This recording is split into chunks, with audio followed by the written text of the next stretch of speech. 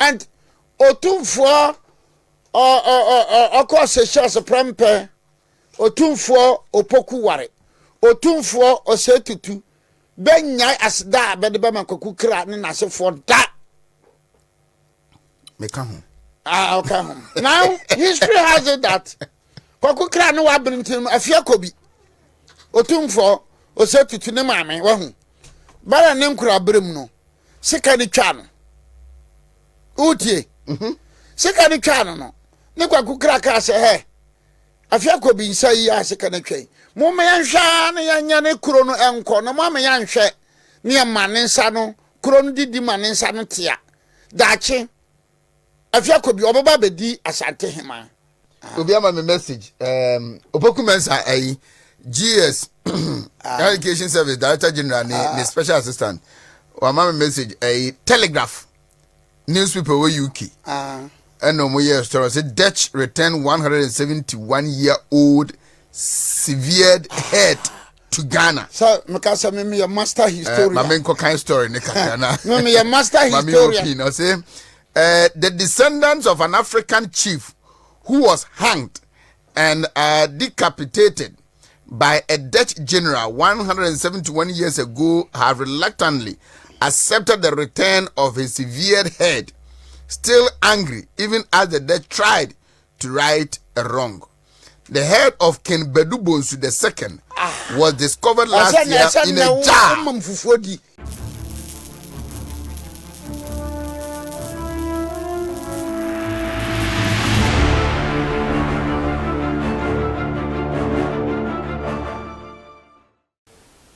Bimwa kwaba eba Skeleton Man TV. So Skeleton Man TV ana wushe. Se way your first time any obomodian subscribe. Mia notification is so ni anytime bia ye di video betumu no.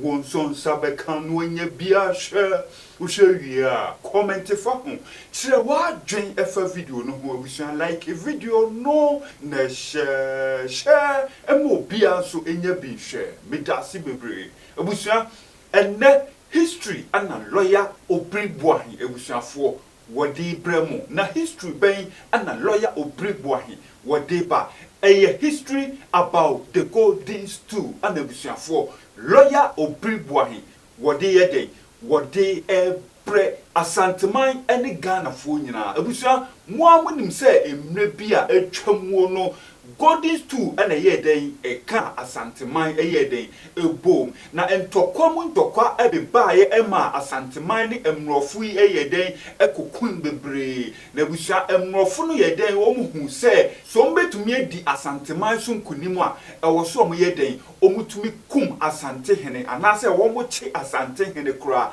eno anabusua omutumi ye den capture Asantehene a eye nana prempe the first abusua omutumi ye den capture na abusua omo capture Asantehene no no omunim se oma ye den omawie Asantiko no omagu no Asanteman chese omawie Asanteman kura so abusua na ntesa ekire no omuhu se wokum Asantehene se wo chi Asantehene abusuafo Asanteman unwie no kura na emomu no se won saka golden stool na anabusuafo ubetumi awie Asanteman ubetumi ayeden atete Asanteman mu kura nti omo ye oma dwense ombe den ombe hwehwe golden stool no makoye den omakoje every Asantefo nsem abusua ye say omo ye oma dwene se ombe kwakoje golden stool no opanyin bi wo ho a ne ye fra no Kwaku Krah abusuafo sa panyin we enkyeremu a chese lawyer obrigboahi wo kyeremu ni se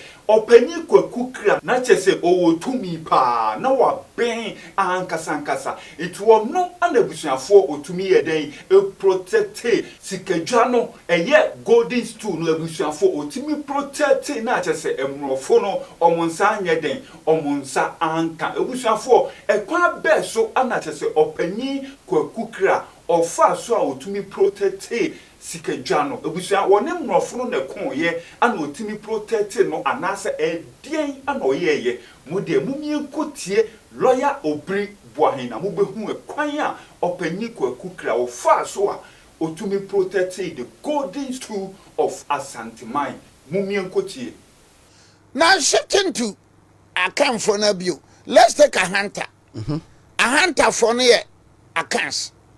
But it is not easy to determine baby a free buyer baby a hunter.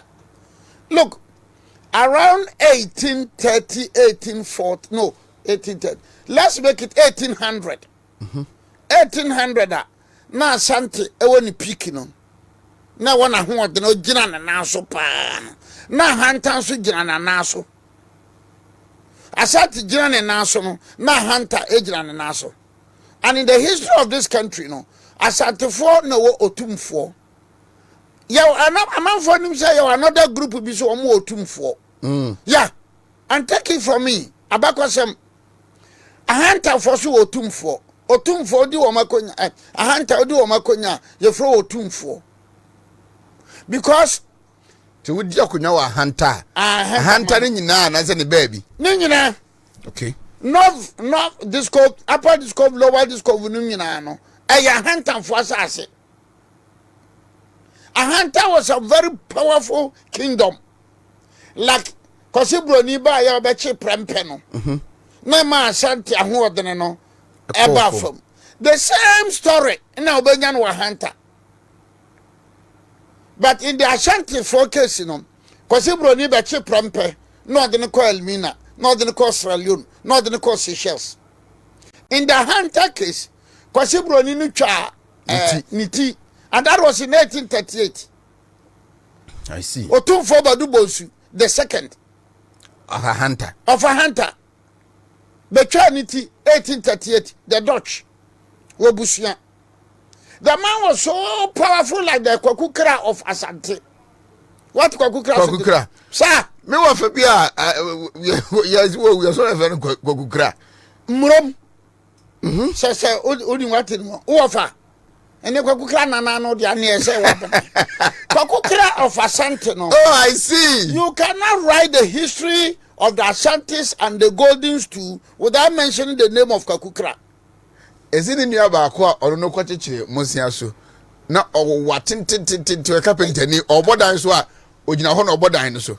Kwaku Krah no. Oh, Monsiaso ye Kwaku Krah no. No wasika kokko. Kwaku Krah no wa bimpa. At the time after 1896, after they signed the Treaty of Formenano, na brofo no nyane be pepa yesika kokko no. Sika dwakofi no. Akonya no wo he. Ana Kwaku Krah de say so no Kwaku Krah nwuye de a. Kwasibroni enya akonya ne da. And Kwaku Krah was very rich, very powerful spiritually.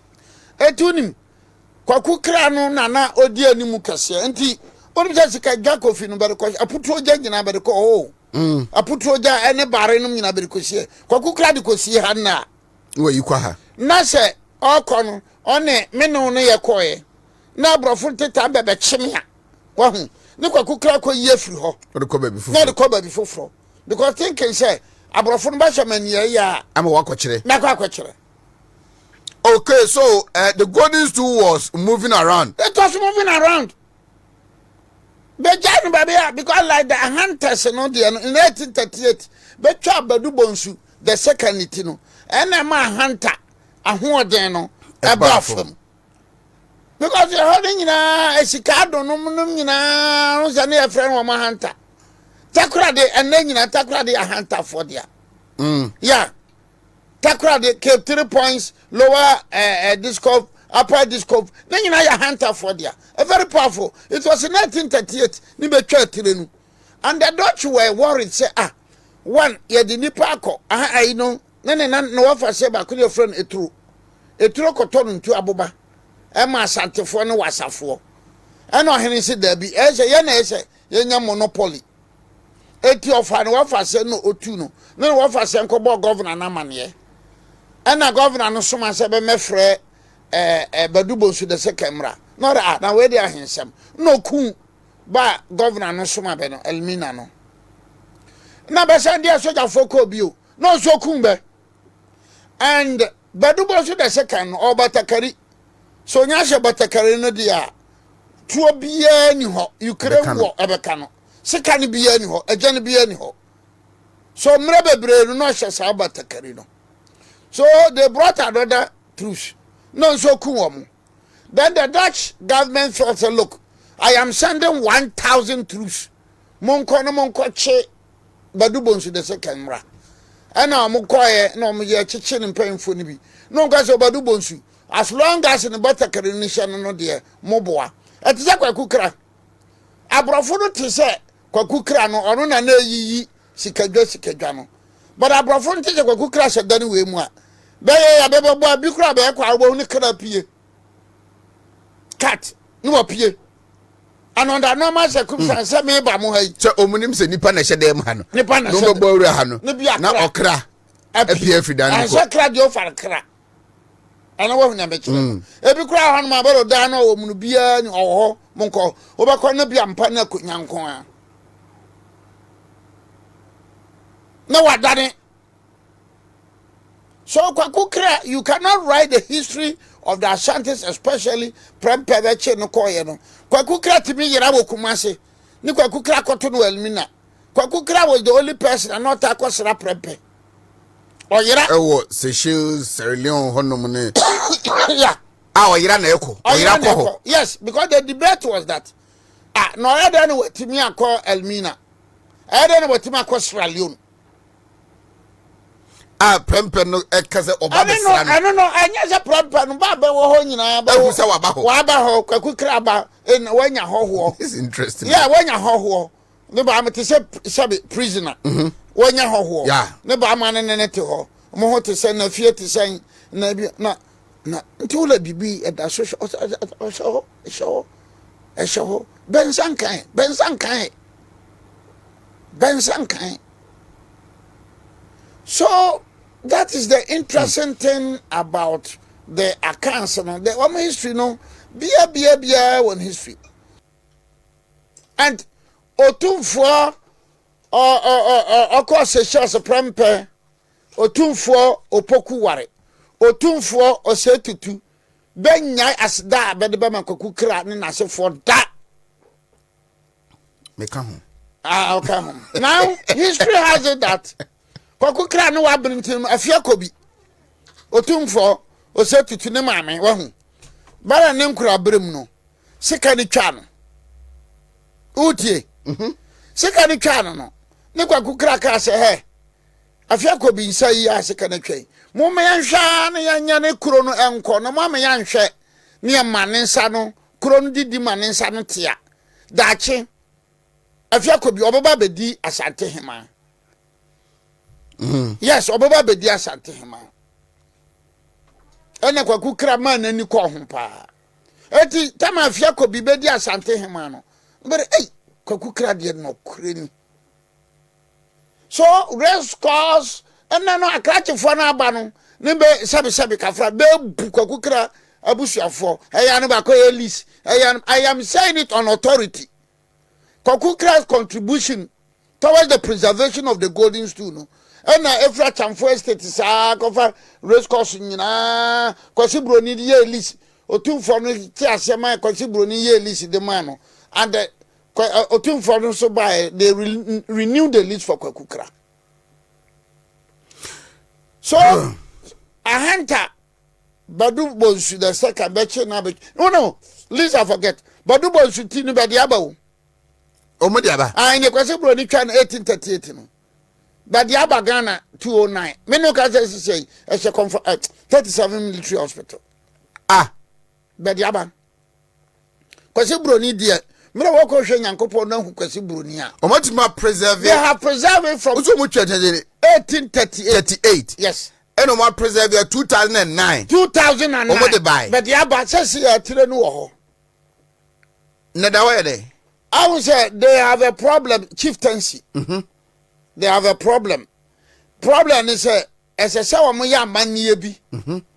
Na omo be fatire no e de akọ. But a hunter there is a chieftaincy problem there. To mu hunu nipa obeye. Substantive chief number.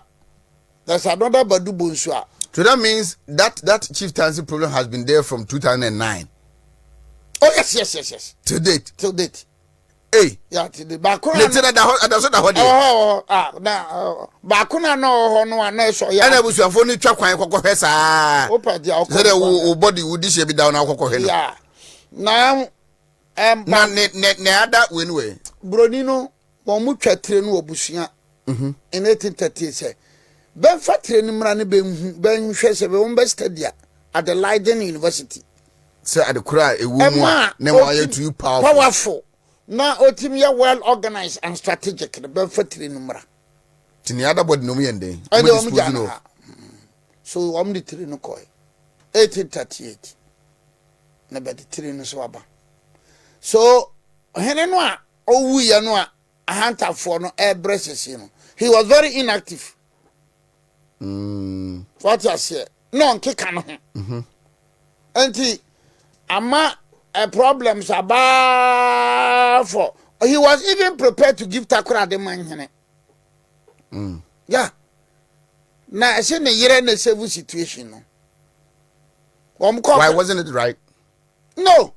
Takura dey a hunter for crew. So man who raising it to the status of that is the problem that hunters are facing. Unlike the Ashantis. So unlike the Ashantis otumfo. Oma woman hene ewo sunwando mase. Oma woman hene ewo troni. Oma woman hene ewo sampa. Oma woman hene ewo brekum.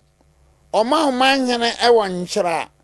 Oma manhene ewo mampong. Oma manhene ewo he name them. Say ade a chene da so no wa manhene buakwa. Ebuakwa Oma manhene wa buakwa. Still you come. That's a bre me chewo. Baba bebu mu asem. But other jurisdictions no manhene na be epe. No be epe. That explains why most of the chieftaincy problems we have in this country. As for the Ashantis, already all them there sikadwako no ba. Na mesom na mteso. Anti Prampe the first, Opokuwa the second, Oseti the second, Oseti the second, Obama manhene 2024. Obama bebre, amfa ho. Goes on to me na fenye pe. Obama be ebo mu asiama no. And one thing with the Ashantis no so the ane say. Otumfo Oseti the second. Records have it that Sampa Asantefo there. Because they took part in the 1818 the German war. Otumfo said to the second on Sampa asase. On the Sampa cashew. On the Sampa bibia. Okra Sampa na we ye hene no we ye cotton judge no uba Asanteman sitting. O kwa ono no ma bibi. But you know, by the Ashantis tradition, and that was beautifully captured in the Espati Abrantutu case. And the same principle, and the case where Espati Abrantutu, Tanosoha, the Court of Appeal says Tanosi Asantefodia. That was a Tanosi Eben Techimai, 11th May 1985. And the same principle was canvassed in the Boye versus Kwaku. 207-208 Ghana Law Report Digest 104. That principle was come as Asantefo. Bet the Abasa asem. So a person who for say. So that explains why in 1996 the then Techimai Manhene came to Manshia. Obano, oni achirensu amanhene, oni nkuranza, bebesre asante hene no. And the video is there. Techima manhene no, the retired soldier no. Nana, onana anime, mesro, fa tanoso, fa trubodom, fa tanoboase, fa ninyina mame, onana, the video is there. Nia, opoko wa kachense, menana no preocupe. Satana sumija hene te obi. Sumija hene ni oye adwuma electoral commission. Odro ni mapo. Ole, mede mawa nke ye menana anu. Nanso menana nom sa betwa to ho. Ne kesa Asanteman no. na sase yemfa ma na se ne me no sitie pa me na prekope no come the bema. You know, and that was in 1996. So sometimes, you know, se bi dem ntia Asantefo na se a na again na otufo se tutu baby bi opas no. Onye bibia mfiri birekum Bibia ho. Birekum onye hwe onka se kotona sase bram onka se fa bram amensan onka se birekum kura ba meeting a okwa onu na se amana lorife amantenum nim nyina ba onu ma be lorife nchira onu ma be lorife ofuman onu ma be lorife tanobuase onu ma be lorife tanoso onu ma lorife dibebi onu be man lorife mem obama na lorife even though I have maybe is a lecturer go so obama na lorife yamfo obama na lorife name them to ura ni otaba ni ekronti and the kronti is the CEO of the Minerals Commission. Oh, okay. Kronti is the CEO. Ura kronti. Yeah. Is the CEO of Minerals Commission. Nsoba eso two foreman and lorife. So what is Asantefo no otumfo no like the hunters otumfo. But the Asantes otumfo no all the men nanum sase na baye no. So won say Asante otumfo ura asase say kura ore dabi. Anka minyankam de bechew. What you say? Enso men nanum. So that makes the difference between the Asantes otumfo and the hunters otumfo.